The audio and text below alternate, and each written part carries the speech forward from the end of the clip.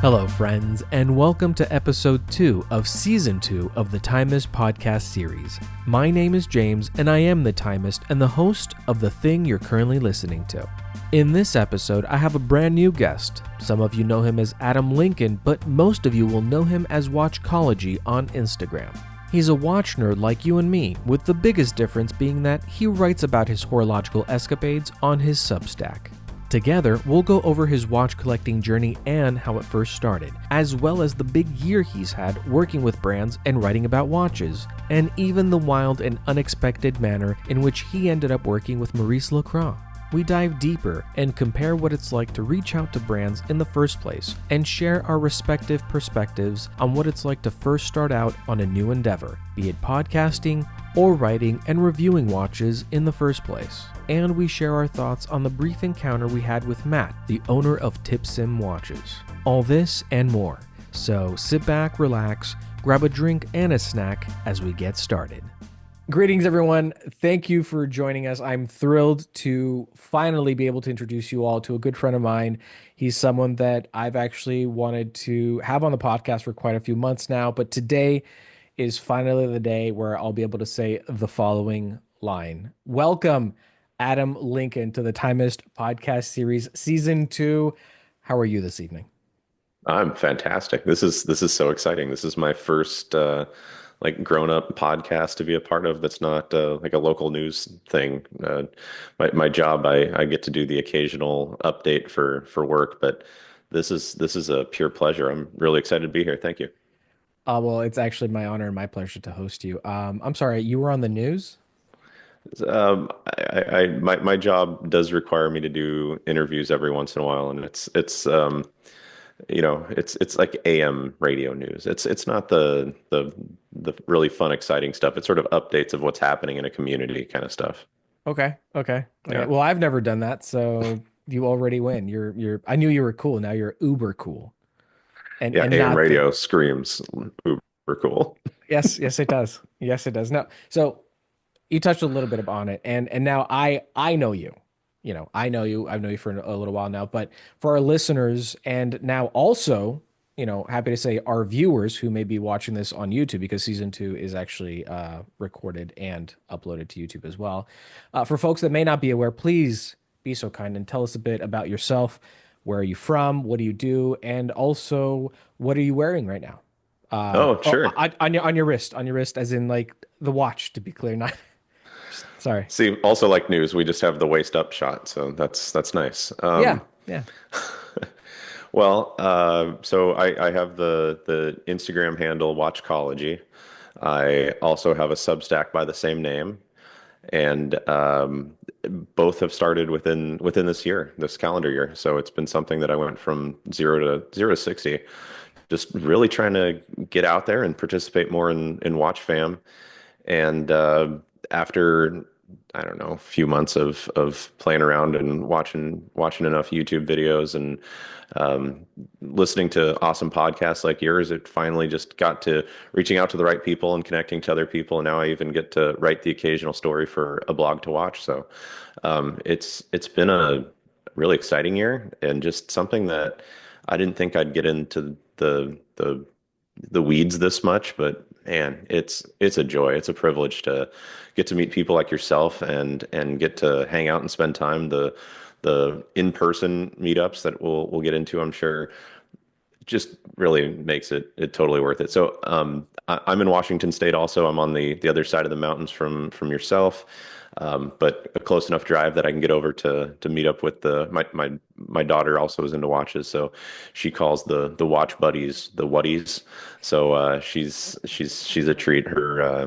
She's 9.5 years old, and her favorite watch is a Reverso. So Katie's pretty incredible and just kind of follows along with me. So today we've got let's not to get the light right in front of it here, Mm. the 42 millimeter Tudor Pelagos, the one with the helium escape valve on it, and a paragraph of reading material on there as well. Let's see if we can do this without blinding everyone.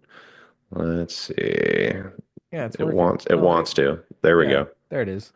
Very Yep. nice. So that was the birthday present this year that my loving wife Kim was generous enough to let me pick out and get. So that's been almost a daily wear, but as everyone collects and adds to their stash, you like to show love to all of them. So we have a fairly decent rotation now.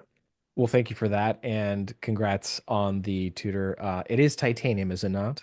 It is. It is. Yeah, I know your favorite. It is. Oh, it is my favorite. You know how I love me some titanium. So tell me a little bit, when did you actually get into watches, like properly, Yeah. truly? Because I know that this year has been pretty incredible for you, and you've been hmm busy writing and learning and meeting folks and connecting with brands and Yeah. watchmakers all throughout the industry. But when did it start? Like, paint us a picture, help us understand, the genesis of Adam's, um, not disease, but passion, love, and enthusiasm for watches. Disease might be a better word for it for all of us that are really deep into this, the obsession that is watches. Hmm. I think for me, the interest started as a younger kid. I remember seeing my dad wearing watches, probably some sort of a Seiko. I remember there was a blue dial that was kind of a sunburst. I remember a green dial. I don't. He doesn't have the particular watches any longer, but I remember noticing them. So I was pretty young when I first started, just thinking those were kind of cool. And then fast forward to my high school graduation present from my parents was a quartz titanium Citizen watch. It was a sort of a darker titanium color. It had little gold accents on it. It wasn't probably, gosh, it might have been a maybe a 36 or a 35 millimeter. It was from like the local gift shop that also sold Citizen watches, but you could take it to get your watch. Back in the day, you could go to the store wasn't a watch shop, but they probably sold some cuckoo clocks. And if it was Christmas time, like right now, they would sell all the Christmas theme goods there. So that was the first watch that I was actually gifted, and I wore that thing all the time. And then I remember it was winter. I hadn't had it for long. I was stepping out of our house, and I it was there was three steps down to the sidewalk from our front door, and I remember I slipped on the ice. And I landed with my bracelet down, and I just remember all the little scratches and scrapes. I mean, it looked like you just took a deep sandpaper and just ground right through it. And I still have the watch. It still works. It still has the scars that are now the memories built into it. But when you're 18 years old and you scratch your first nice watch, you just think, oh my gosh, the world is ending. What did I just do? Obviously, we all know you that happens. You just come a long way from that. You just now have a story that's a visible, living piece of that watch now. So it's something that kind of piqued my interest, and then uh, poor college student waited until I was a few years into college, and I bought my next Citizen watch and had such a good go at the first one. And for me, spending $200 or $300 on a watch seemed like a lot. And I wanted something that I could wear all the time, any occasion. If I had to dress it up for an interview or just wanted to wear it around the house. So I ended up getting a white dial chronograph that I still have today. So now it's neo vintage now. Um, like being an elder millennial or whatever term we get that's sort of condescending. So Hmm. um, it's a great piece in my collection. I love it dearly. It's something that I now can change the straps out on it and play around with it and give it different looks. But it's just kind of grown from there. And then sort of as you alluded to, it's been the last less than 18 months that I've falling deeply into this rabbit hole in a way that it's gone from I really like looking at these things and wearing them occasionally to okay, I'm only going to wear these types of watches now. It's going to be in a quartz or it's going to be an automatic watch, but I haven't worn the other brand watch in a while, and I have nothing against Apple watches. I think they're the reason that people are now so into watches, but uh, it's just fun having the connection. There isn't the same community doesn't exist when you have millions of wearers versus the few of us that are still wearing things like this on a regular basis. By the Absolutely. way, what are you wearing today? You haven't shown what you have on wrist, and I like No, the I have. shirt, by the way. Oh, thank you. Thank you. First, let me answer your question with a preamble. I will no longer be telling people what I'm wearing on the wrist unless they ask. So thank you for asking, Adam. I appreciate you. I am wearing the 126710 GMT Master 2 Pepsi on Oyster bracelet. It's beautiful. Thank you. Thank you. Thank you. That was a 2024 purchase, and I still can't believe that it is a thing. It is a watch that if I'm not careful, I will never take off and I will just keep wearing, and then I feel bad because then I'll walk by this case right here and go, y'all look kind of lonely. All right, hold on. And then I have to take it off, force myself, and then put something else on. It is that good. It is really that good. I love it to bits. Well, having seen it in person, I can understand completely. It's I get it. it's really, really, really bad in the best way possible. And I'm Yep. wearing this shirt as a thank you to you because you actually gifted me the shirt the last time you were here on this side of the mountains. So thank you for that. I figured it'd only be appropriate that I wear it. Can you tell me a bit about this shirt though? Because it's got the royal oak bezel, You're rocking the AP shirt. the Yeah. AP shirt. It is embroidered. It's very nice. It's comfortable. It's a very dark navy blue. For people that are listening and not watching, tell me a bit about this shirt because I don't know very much about it. Yeah. So a blog to watch recently decided to up their swag game, and Ripley Sellers, who's the gentleman that writes a ton of articles for them, is he's my case officer. He's my handler. So anytime I'm looking to write an article, I just shoot him a text and say, "Hey, I've got some time," and he'll shoot me a note with a project on something that doesn't have a super short turnaround timeline. And so he was generous enough to send me a few shirts recently, and this one I just thought would be pretty stellar in your collection. And obviously the Royal Oak is that you'd recently done a video actually on Genta too, so it seemed like it was fitting for you to be the wearer, the owner of. I mean, how many watch shirts are really out there? You really got to find the niche of the niche to get cool watch shirts. So you're in the deserving club of having something cool niche watch shirt. Far too kind. I am forever grateful to you and to everyone that was involved in this crazy journey that this shirt took. I love it. Thank you once again to you all. And yeah, it's my watch shirt. And if you know, you know. And if you don't know, it's just a shirt. So thank you I, for that. I, you're so welcome. And I think the cool thing about it for people that are listening is it's literally just the bezel. It's not Yeah. it doesn't even have the screws on it. There's nothing in the middle. If you I don't know, people are gonna think you're into like the weird cheap version of Iron Man or something if they see it, because they're gonna be like, well, what, you're missing something. It's a weird shape. But Yep. yeah, it's cool. Like you said, if you know, you know.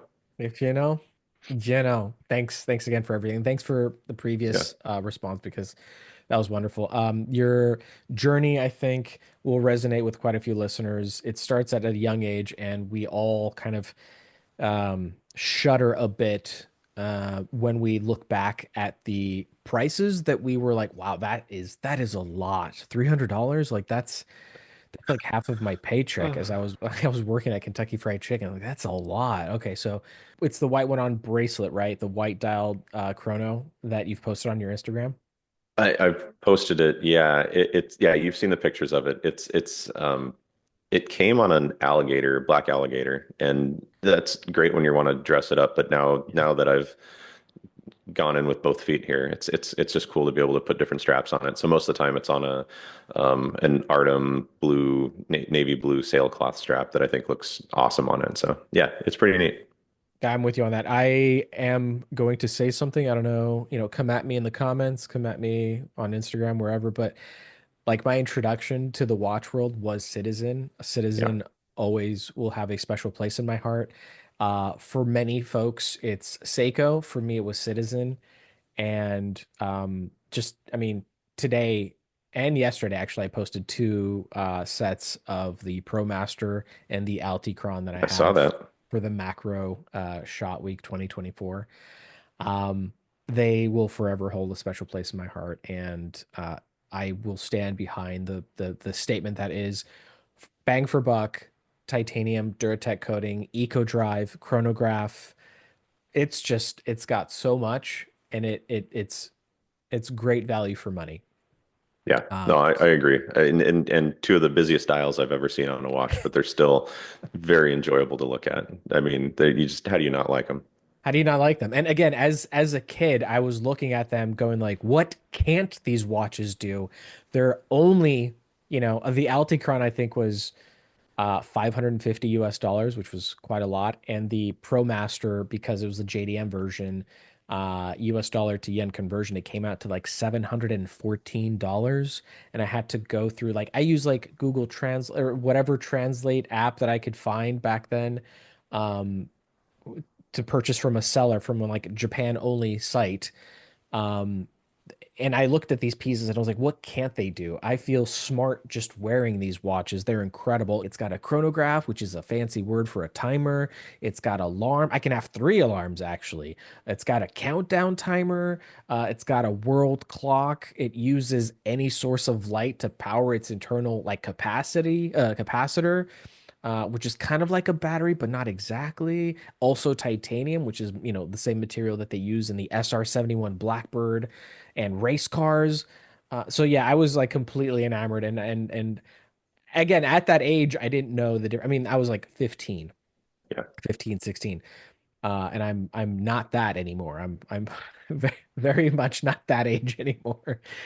But just imagining all the cool things that I would do with the watches, just, you know, sold me, and I was absolutely gobsmacked with how cool they were.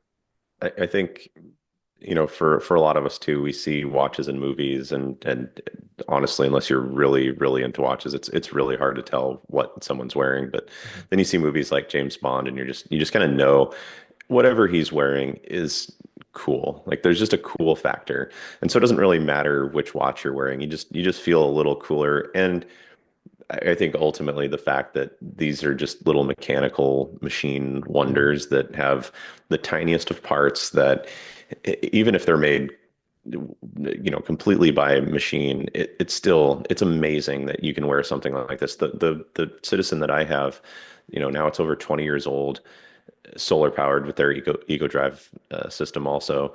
And the fact that I had it in a drawer for a few years and took it out and thought, oh no, even with light, it's not working. And finally, it needed enough love, enough Mhm. sunlight, Mhm. time in the love light, Mhm. and it's great. I've never had to do a thing with that thing. Now, granted, after hearing some of last season's stories with Conor, the idea of shipping it to Japan to get it fixed is a little daunting, I'll say. But I think at this point it would be worth it just because I've had it for so long and it meant so much to me. So even though it Yeah. was a $300 watch, sending it for a few $100 to get it fixed at this point, I think I'd have to think twice before not doing it. So Yeah, no, yeah, I'm it's with neat. you.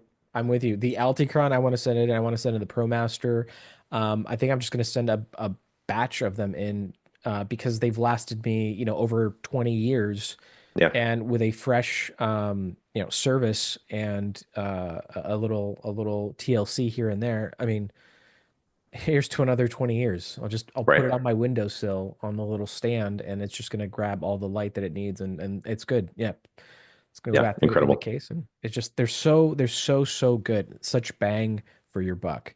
Yeah, Um, Now we've talked a little bit about your Substack, but tell me a bit more about what you write about, sure. what's your latest piece, and like just really bring us into your world for your writing domain. When I first started getting into the Instagram stuff, I liked quite a few pages. I liked the usuals. I'd watch the Teddy videos and things like that. And Can we just that pause? yes, Teddy Balthasar. He's he's just the such a best. s- he's He's like America's sweetheart. He's like the guy that you would hope that, your daughter would bring home and introduce to you. Absolutely. Yeah. Right. What a treat of a guy. Yeah. Yeah. Snappy dresser. Well informed. Opened up his store in where? It's somewhere weird. Idaho, He's in Ohio. Yeah. Ohio. Yeah. Yeah. But still very, very cool. I like the guy. And more often than not, when someone's like, so what's the difference between a mechanical watch that says manual wind and automatic? Does automatic mean battery? I just go, here, watch this video. And it's like more often than not, it's a video that Teddy has published because it's just such a vast library of information that is easy to digest and delivered in a pleasant manner that I just like, here you go. This Yeah. is all you need. I think the other thing was when you start talking about buying different watches, he also does that breakdown of, five watches under $5,000 or under Mhm. 3,000 or other one under 1,000, and he just has it so whatever it is that your price point is, he has a video of different pieces that make sense that are popular probably, but it just makes it that much more approachable for learning about watches. So that was definitely a great place to learn a heck of a lot and Mhm. kind of get an idea of the market as well. And then after that, it was also a lot of about effing time. I mean, just that podcast was, you and I have talked about it before. It's the top gear of watch podcasts, and just it was something where it had a little something for everybody. Again, they cover a bunch of different price points.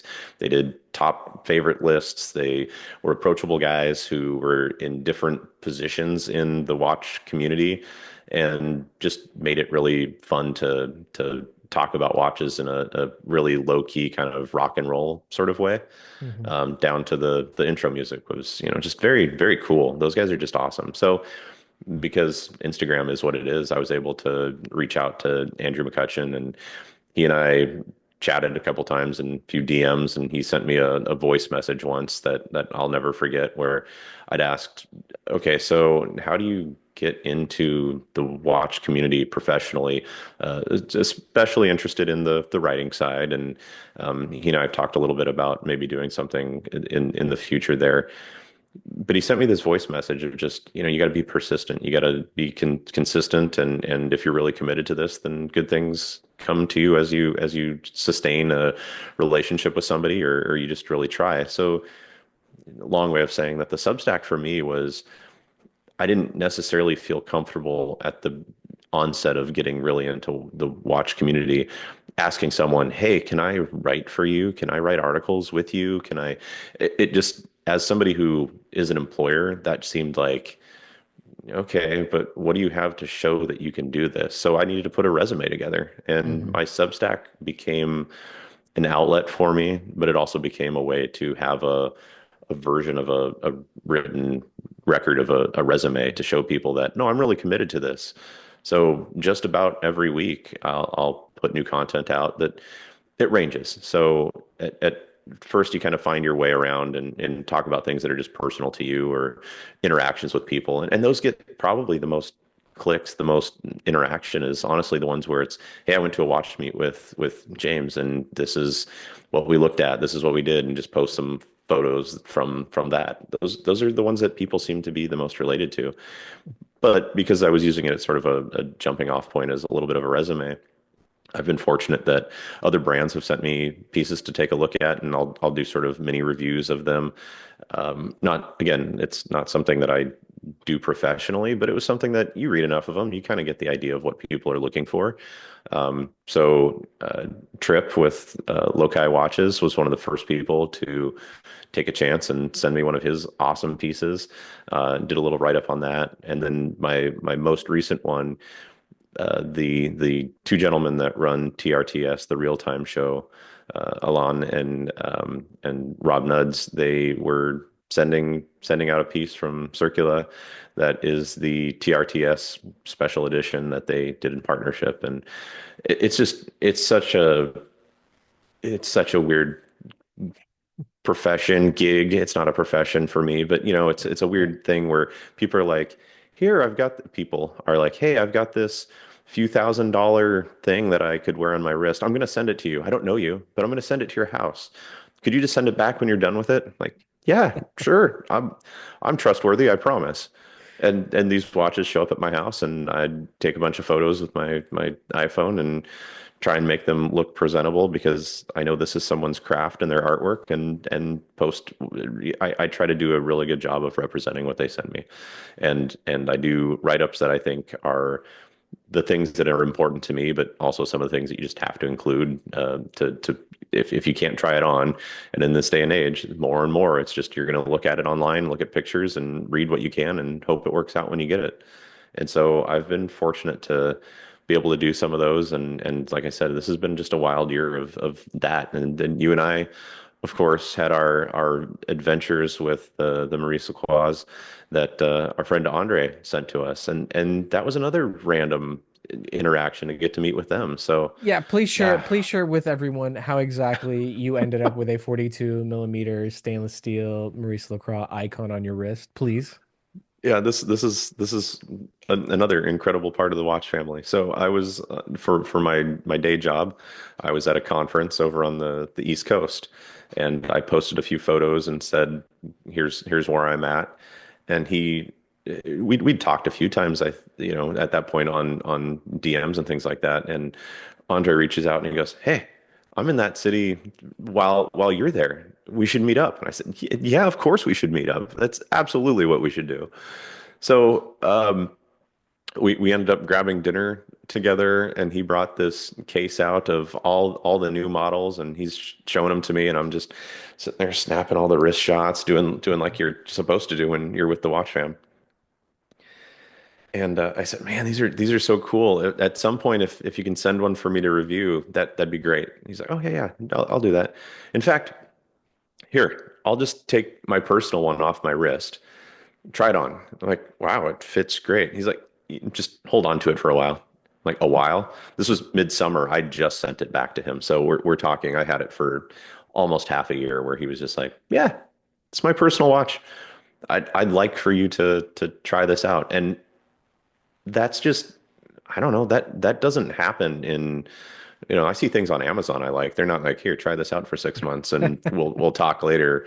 You can do a review on it." It's just, it's not that way. And I get it. This is more of a niche thing, so to speak, but that just shows that instant connection, that instant buy-in that you get when you have a shared interest.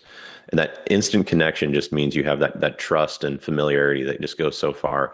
He and I we went and grabbed a ticket to the MLB game that was across the street, and he and I went and watched the game together. And it just was, I don't know, that just doesn't happen very often in other parts of my life, at least. So again, just a really special thing. And Andre just is, he's the one guy that works right now for Maurice Lacroix in the US. He's their Mike Pearson, basically. And he's doing a great job. I really like him. Isn't he for most of for the Americas actually? I think he does Yeah, probably. That probably, sounds right. Yeah. which kind of blew my mind when I discovered. But I just want to go back a little bit and emphasize again the speed running aspect of how quickly a Yes. relationship can form and develop in the watch fam. By just talking to somebody on Instagram via DMs, and then they go, "Hey, I'm in the same city as you. Do you want to grab dinner?" And then at that dinner, he busts out like a case full of newly released watches, and then you're like, "Wow, these are great. Can I just when you have the time, whenever it's possible and convenient for you, Yeah. if I could just take a peek at a watch for an extended period of time so I could write something about it." And then he just takes the watch off of his wrist, gives it to you, and says, "Send it back when you're done." And you've had it for half of a year almost. Almost. Um, almost. And these are, things that, are in excess of two, three, they're multi-thousand-dollar items that are very small and very precious. And that just happened. That just Yeah. happened. Yeah. And Just also, I want to recognize because, it is very cool and very important, and it's critical that, as we wrap up the year, we humans tend to do a recap. We look back at, everything we've accomplished, everything we've achieved, and all the failures that we may have encountered as well, all the things we've learned from them. But it is important to do like a recount of everything that we've thankfully accomplished this year. yeah. you have started writing, you are engaging with watch brands, you are having, heads of brands just give the watches off their wrists to you so you can spend time with them and write things about them. So I just want to commend that, and your writing is Thank you. great, and Thank you. it's awesome. I read your Substacks when they get published. I get the little email notifications. Sometimes I read them on my phone.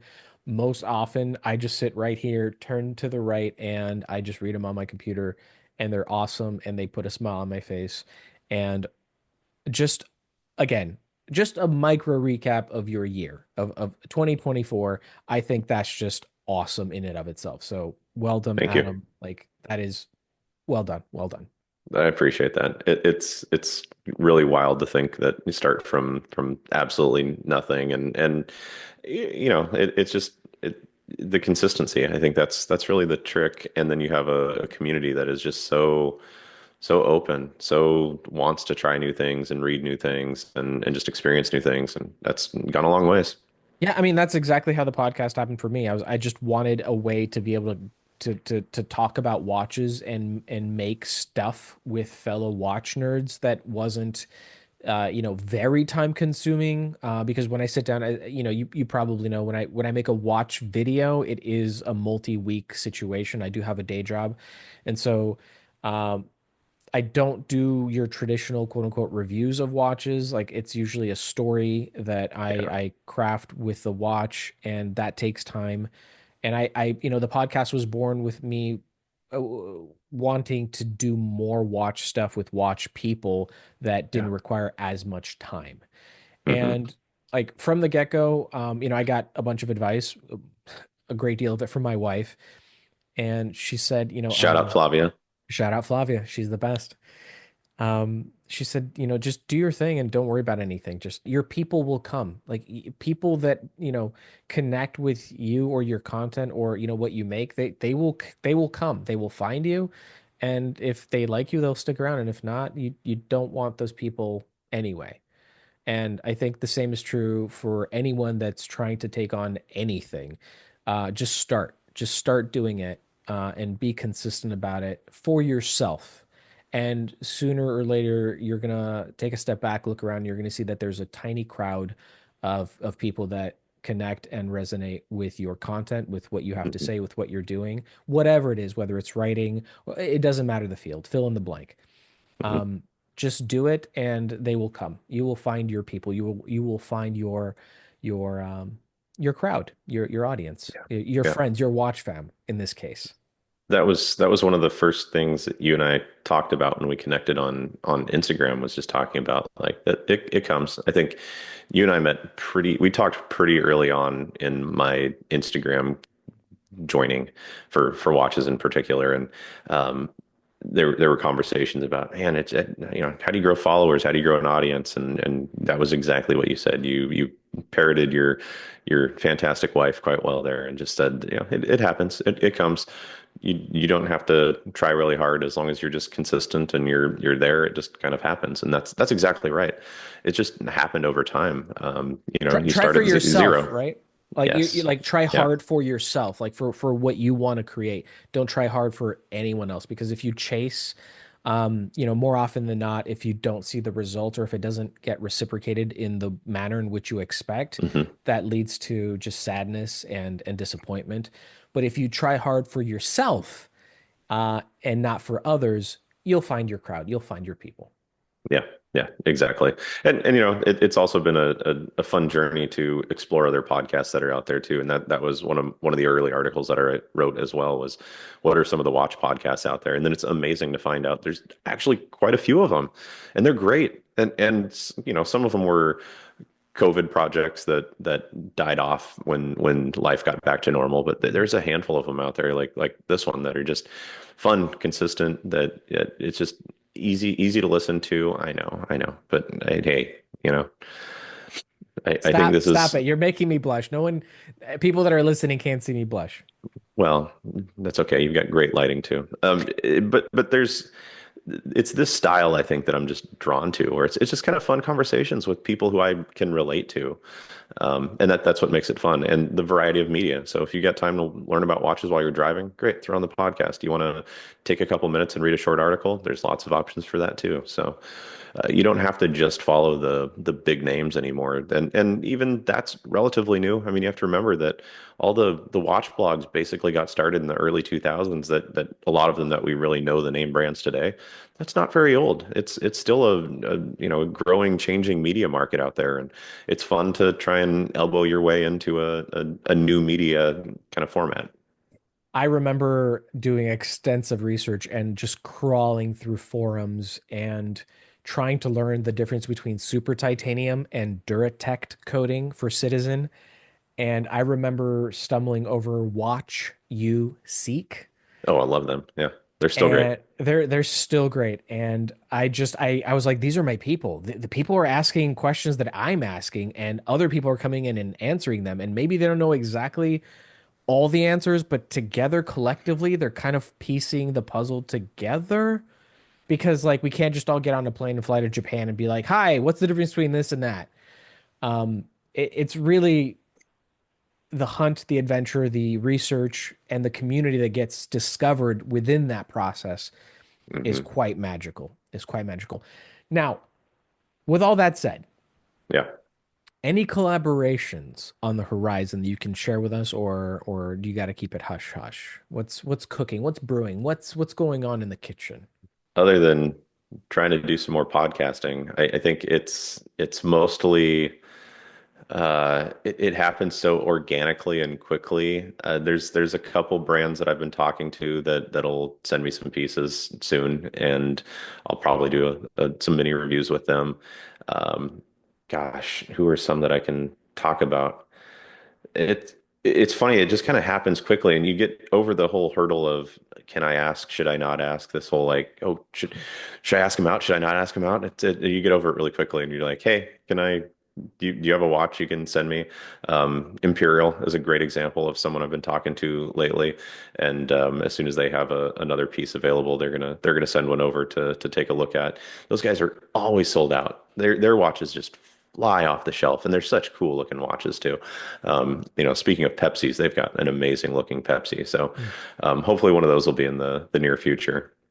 So what have you learned? Because like obviously when you dive in and you start like asking yourself, what do I want to do next? What do I want to write about next? What intrigues me? What interests me? And then maybe you start, scouring Instagram or, random watch websites and you see something.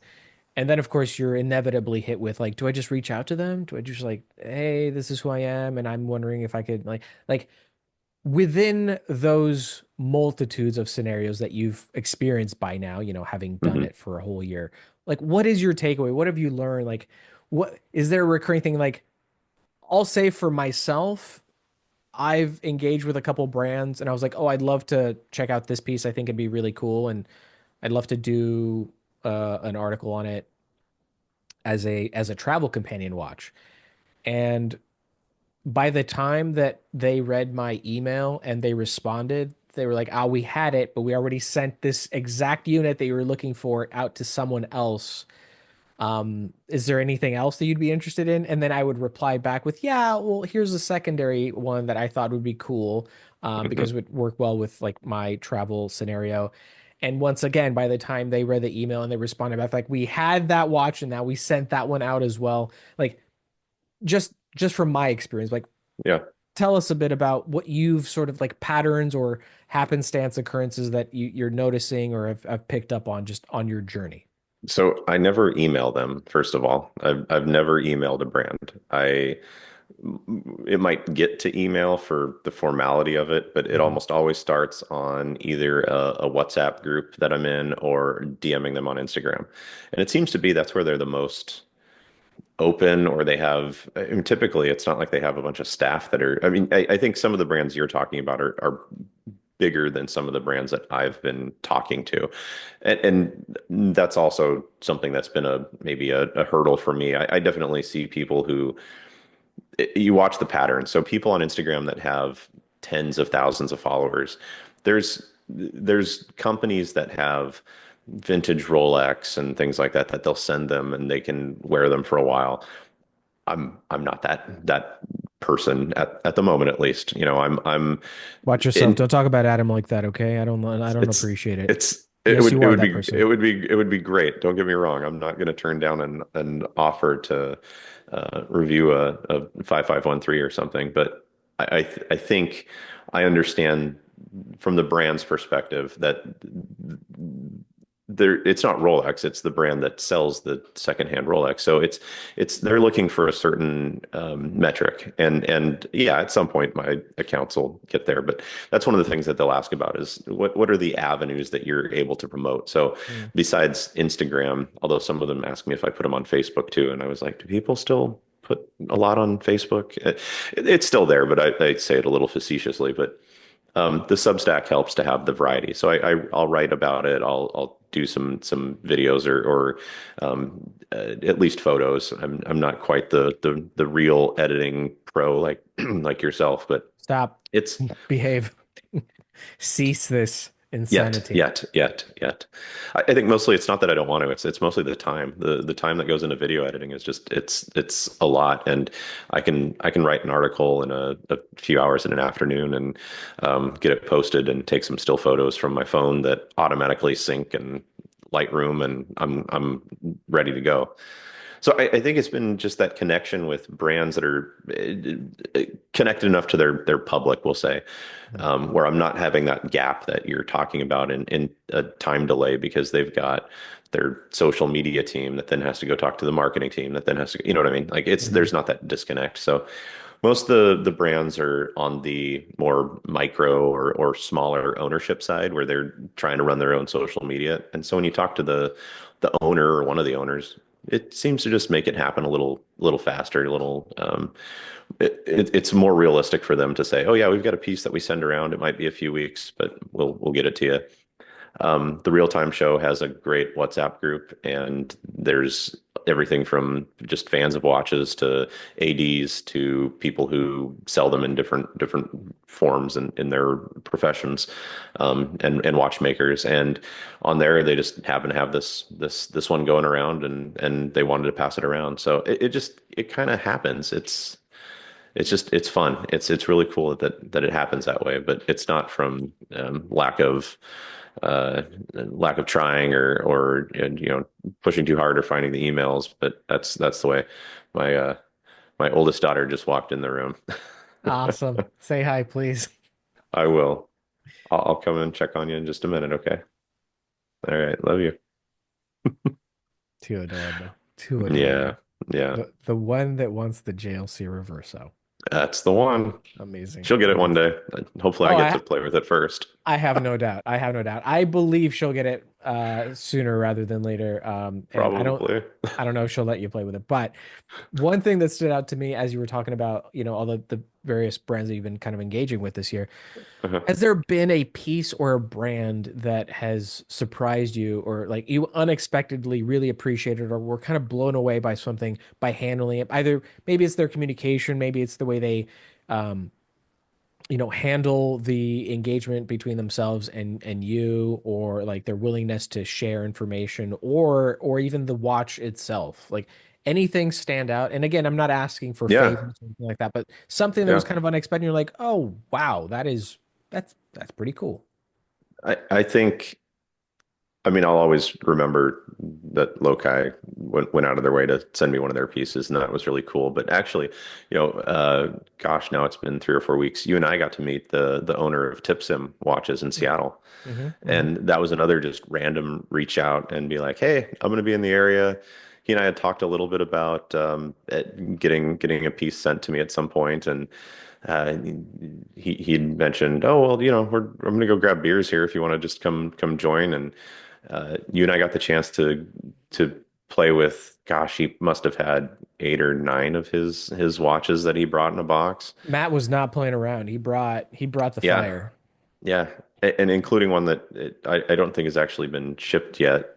His dual time watch that is a really incredible take on the technology and something that is really special. Um, I think when you get those opportunities to meet the owners, sit down with them, grab a drink, and a snack, as you would put it. It's just a fabulous way to get to know their wares and firsthand way to experience it. So I'd say that was a particularly cool experience this year. Okay, yeah, I concur. That was very, very awesome. I joined you. I wasn't aware of just exactly what I had signed up for, but I was also blown away. Matt was amazing. The watches, I was hesitant at first, but as I was, diving deep and playing around with them and taking a closer look, and then also just being able to turn, 3 feet to my left and be like, Matt, what can you tell me about this? And then he's the guy. Like he's the guy. Like it's his watch company. It's these are his watches. Like he's poured blood, sweat, tears, and time into these things. That left an impression, a very positive experience on myself as well. So I'm with you on that. And yeah, thanks for sharing. Oh, absolutely.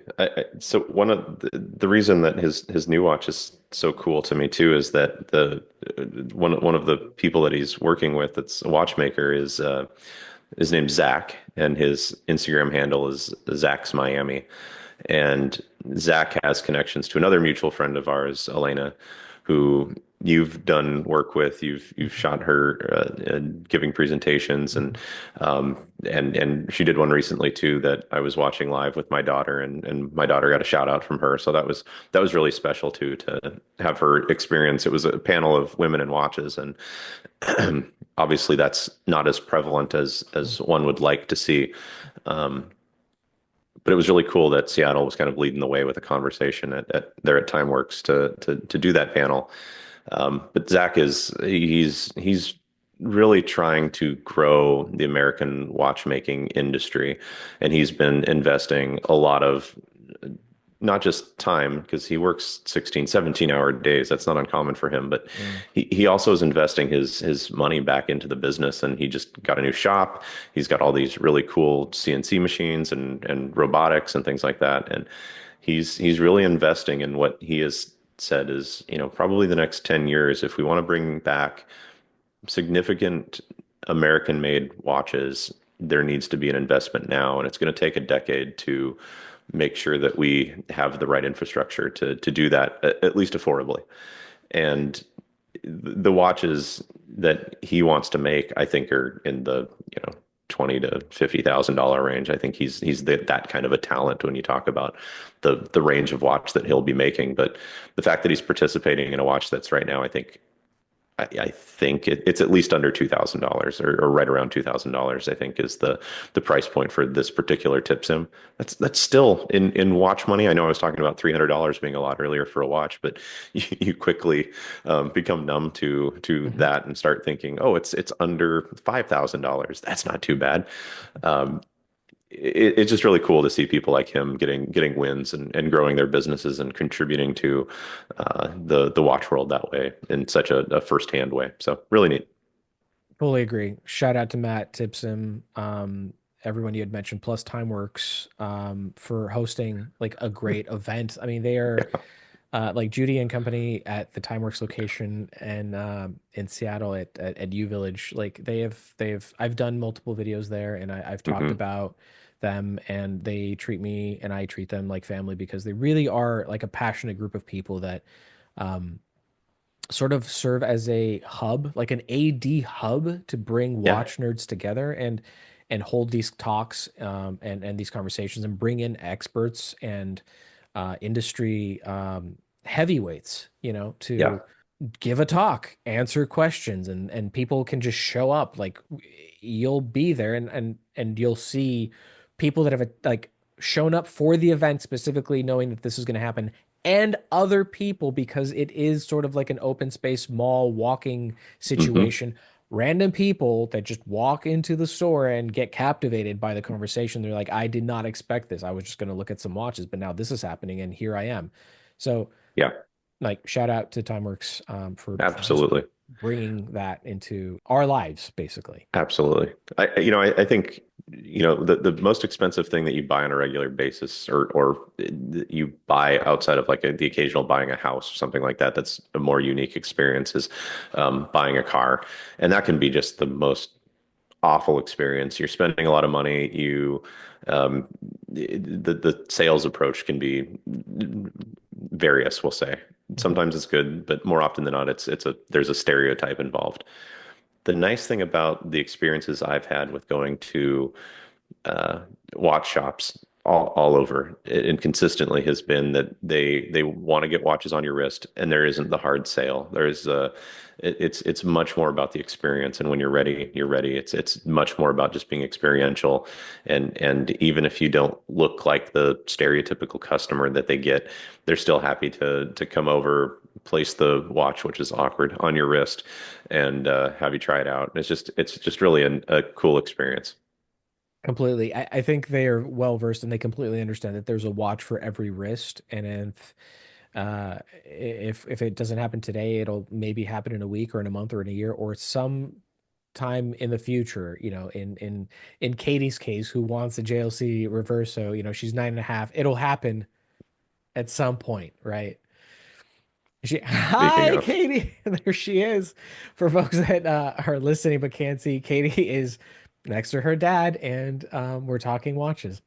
Yeah, she's up past her bedtime. I'll come back and tuck you in just a okay. Love Oh, you. too adorable, too adorable, too I'll be adorable. there. Don't worry. So I can't wait for her I'll be there. to host her own Oh, she'll podcast. she'll definitely have her own podcast one day. Yeah, Yeah, she's got all the setup. She can just hop in here and change the background, and away she goes. I love it. I love it. I won't keep you any further, because I know you have to go. It's late, and I Sorry. don't. I know, no. It's. Hey, this is the Watch Fam, through and through. I will ask you one last, well, two questions. What is your dream watch? The next dream watch, right? Not the Grail. Oh, Not I'm not yeah. asking, the Yeah, girls are too fantasy. hard. Grails are too hard, I but like the watch that you kind of like, yeah. this is the one. I've got the Rolex Explorer just stuck in my head, and I haven't decided if which version. I mean, one day, yes, I want to have a 1016. That would be great. But I think the one that's stuck in my head right now has been, do I do the 40 millimeter current current version, or do I do Hmm. a 36? And Hmm. I'm really torn. And that's one I just need to spend some more time with. But I think that's the next piece that I want to get into. I just like the approachability of it. You can wear it for all occasions. It dresses up, it dresses down. It's a classic. I mean, it's not getting old anytime soon. Yeah, it's got a story that may or may not be, part of the watch as we know it today. But so that's still the fun of it, and it's just a cool piece. So I think a Rolex Explorer is the next one that I hopefully will be able to add. But there's a group of us that also have a watch that's going to be joining in another. Well, hopefully it's less than a month. Maybe it's about a month from now. So hopefully we can do some talking about that when we get it as well. So it's always fun to get a watch fan piece and buy it together as a group. So Completely not just agree. one that we pass around, although we've joked about that too. Is the only way I'm gonna ever afford a Royal Oak is if we all go in on it and pass it around a It's a few weeks at a timeshare. time. A Yeah, timeshare situation where we all pitch in and yeah, we spend we send it around. That's the only way. yeah. No, but I doubt that. I am obviously rooting for you. I Oh, want you I'm to get blurry. things There we go. done. I know the Watch Thank fam you. is also rooting for you, and I'm sure it'll happen in all It things will in due in time, due right? time. But before we go, please, what's the best way for people to find you and your work, Adam? Please share with us. Yeah, I think Instagram's probably the easiest way at Watchcology. Just the way it sounds. It's easy to find me, or you can find me through the Timist Instagram page as well, because there's definitely a connection there. Same with on Substack. I use the same handle, so anyone can find me there. I hope people will reach out and DM me, connect. Let's talk watches. I'm excited. I really appreciate the opportunity to be here today and join the podcast. I hope we can do this a little more regularly. I'm sure we will, and it's been an honor and a pleasure to host you. Thank you for sharing. Thank you for spending so much time with us. Again, I won't keep you any further because I want you to go and spend quality time with the fam. Adam, you've been an absolute pleasure. Thank you. I know we will do this again. Maybe we'll add a third person, do our own Top Gear trio of sorts because Bring why it on. not? Why Yep.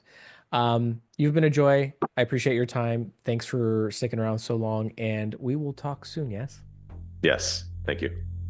That concludes this episode of the Timist Podcast Series. A sincere thank you for hanging out with us. Hopefully you enjoyed it. If you did, then please push all the buttons that will help you hear more of us in the future. If you'd like to continue the conversation, you can either drop a comment on the associated YouTube video or reach out to me on Instagram at TheTimistIG. Thanks for listening. I'm The Timist. Be well, and I'll catch you in the next one.